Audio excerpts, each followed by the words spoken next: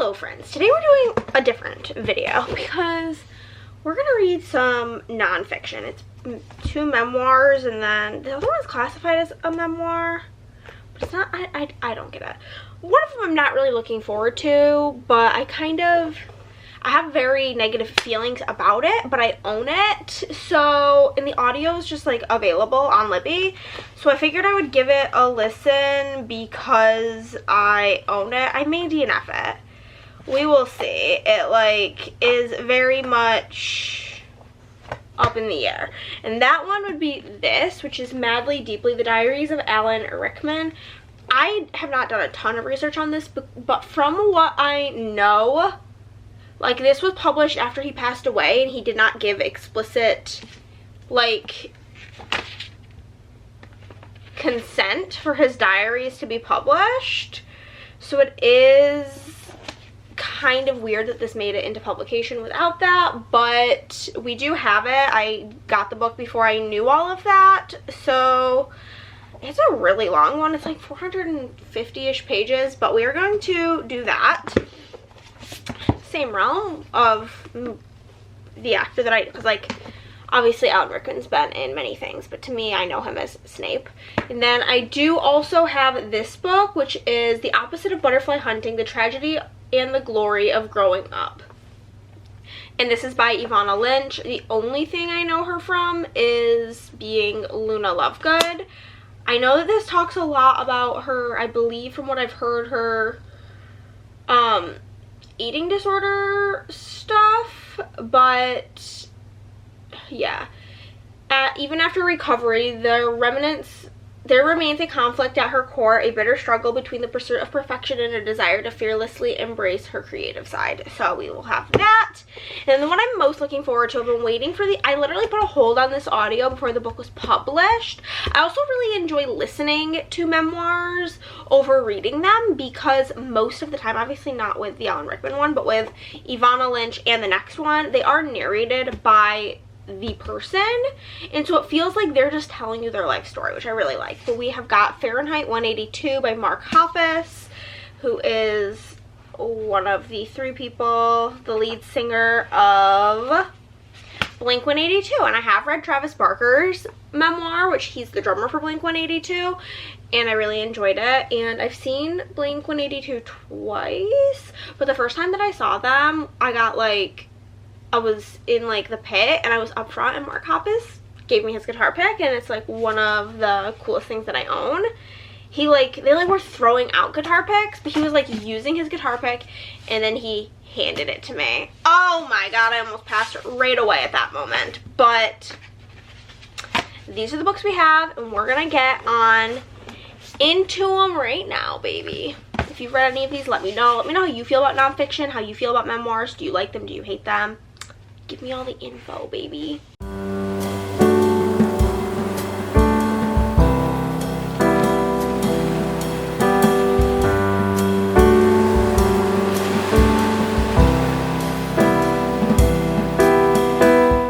Where are you? And I'm so sorry. Okay, we finished Fahrenheit 182.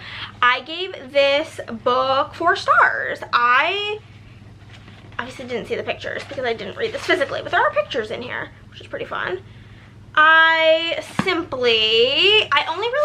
fine with rating memoirs, but I tend to only rate them 4 or 5 stars, depending on my enjoyment. 5 is like best thing ever. Some 5-star memoirs I have read are, I think I did give Travis Barker's 5 stars. I gave John Stamos's 5 stars. This one I gave 4 stars. I gave I'm Glad My Mom Died 4 stars. It's just like personal preference, but I did really enjoy this, and this is Mark Hoppus's memoir. One thing I really loved about it is we got like his life growing up, and then the most of the book was about like the startup of Blink-182 up until they had their first break, where not like break became famous, but like the band broke up, where Tom DeLonge left the band, started like all these other bands and all of this stuff. But it was very interesting getting to see like the behind the scenes of the band's name, how they came up with it. Literally, it's Blink-182 because there was already another band named Blink that was threatening to sue them, so they just added the 182 for no reason. Amazing. getting to hear about how their original drummer and how they got Travis in the band, him and Tom becoming friends whenever Mark and his family moved into town, them going to go play for deployed soldiers, like just getting to hear all of these stories, and then getting to hear like how horribly it did actually affect both Mark and Travis whenever Tom originally left the band and came back and left again. And the part that really got to me was finding out about Mark's personal struggle with like OCD and mental health. That's just like stuff you don't really know, like talking about how he always thought the worst case scenario was going to happen, and people would be like, yeah, well, the chances of that are 1 in a million, and he's like, so are all these other things that have happened to me, like me becoming a rock star was 1 in a million, this happening was 1 in a million, this happening was 1 in a million. So it like really freaked him out. And then there was a bunch of talk about how he thought 2020 was going to be his year, as a lot of people did, and then COVID struck, and then he has a lot of the like OCD parts of OCD with like washing hands, like the very stereotypical stuff is stuff that he does struggle with. So after COVID hit, he was like, oh my god, this is the 1 in a million, it's happening, just like I knew it would. And so he really spiraled and got into a very, very, very dark place, and then during all of this found out that he had cancer. And so hearing his battle with cancer and how there was times where he like said to his wife and his wife and his son that he just like doesn't want to do this treatment anymore. And she's like, okay, well, like, are you going to unalive yourself? Basically like not making him feel bad about it, but just being like, I need to be able to prepare for this and prepare our son for this, because that's the other option. He was like, well, if I'm gonna do the treatment, like I'm gonna do it. And he ends up surviving, and how him dealing with this cancer diagnosis helped rebuild his friendship with Tom and got the band back together. And it ends with them having like their first real big gig back, as they were called on Thursday to play for Coachella on Sunday, and they thought, okay, like everybody's gonna leave by then, it's fine, and everybody stayed to see them perform again. And the ending really gave me chills, and I absolutely enjoyed this a lot. 4 stars. I think I'm just gonna bite the bullet and go with Madly Deeply next. There is a chance that I'll DNF this. I'm allowing myself to DNF it, you know what I mean? Like, it's an option if need be. But I think I'm gonna do that one next because I'm more excited. I was like, well, there was like, this is another thing I don't understand sometimes. Is like on Libby, there's 23 people waiting for the book. And like, I understand that I listen to books really, really fast, okay? Really fast. I read, like I have a lot of extra time. The audiobooks for this is only 7 hours. I don't know how. I've been waiting for this book since like May. That's crazy. But I was really excited about that, and I wanted to get it read so I could get the next person to have the book. And then I'm pretty excited for Evanna Lynch's book, and so I'm gonna read the one I'm least looking forward to in the middle. You know what I'm saying? Okay, I know I said I was gonna read this book next. It's a lie, because yesterday I was out and about at my bestie girl's house, and I get a notification from Libby that one of my holds is ready to borrow. And I'm like, okay. I have a couple of random things that are like books I don't own that like I want to listen to, so I don't forget about them. I just put them on hold. And my hold came through for the house my mother built by, what's her name? Ruby Franke's daughter. Shari Franke. So that audio just came through yesterday, so I'm just gonna throw it into this video. What are the odds that I'd be filming a nonfiction video? Well, that book came through. It's the only nonfiction I have on hold. So because there's like a wait on it, a very long wait, I will be reading that next, just so I don't keep other people waiting. I'm about to film 2 updates, and I don't have the actual book for either of them, so I'm just holding a book. The next book. This is the next book I'm going to be reading. I think I'm going to do this one next because the audiobook's like fucking, I don't know, 20 hours long. So that's disgusting. But hey, it's fine. I will be working on that probably tomorrow, but I did want to come on here and say that I did listen to the entirety of Shari Franke's book, The House of My Mother, and oh my god, 5 stars. Everybody who's been hyping that book up, it is for great reason. The book was incredible. Hearing Shari's story and the fact that backstory. If you guys don't know about the whole 8 passengers situation, basically there was this mommy vlogger, Shari Franke. She had a channel called 8 Passengers, and it came out, I think, like 2021, 2022, that she basically was like in some sort of like cult and abusing her children. She is now in prison, and this book was written by her daughter Shari, telling her story. And of her 6 siblings, she only mentions the oldest of the second. She's the oldest, and then her next oldest brother, he's the only one who is over the age of 18. So the fact that she like was so respectful about everything that happened, that she didn't mention any of the like detailed abuse of her siblings, she didn't mention them by names, nothing, was just so impactful. And yeah, I don't really have a ton to say, just that 5 stars. Incredible. You guys, I'm DNFing this. I just have to. I just do. It's so boring.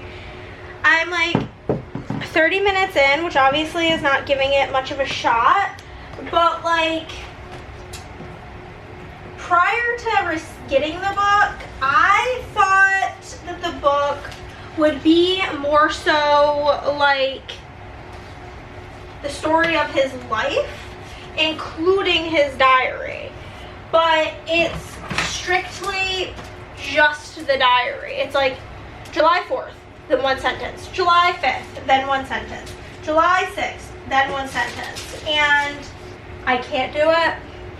So it's a good thing that we had an extra book in this video, the Shari Franke book. But I am just gonna jump into the Evanna Lynch book, possibly. And a possibility that that's where we're gonna go next. Between that and one other book, depending on which one I feel more like reading, you know what I'm saying? Everything's pissing me off work-wise right now, so, you know. It's already one of those days. It's already one of those days where it's after, so. Nothing is going right already. And it's supposed to be a very easy, chill day, but of course, it's not gonna be. So I'm gonna simply DNF that. Listen, I'm gonna end up giving it like 1 or 2 stars, so what the fuck is the point? So that's going to the DNF bin of life, and we are gonna move on to, I think I am just gonna go into Opposite of Butterfly Hunting by Miss Evanna Lynch.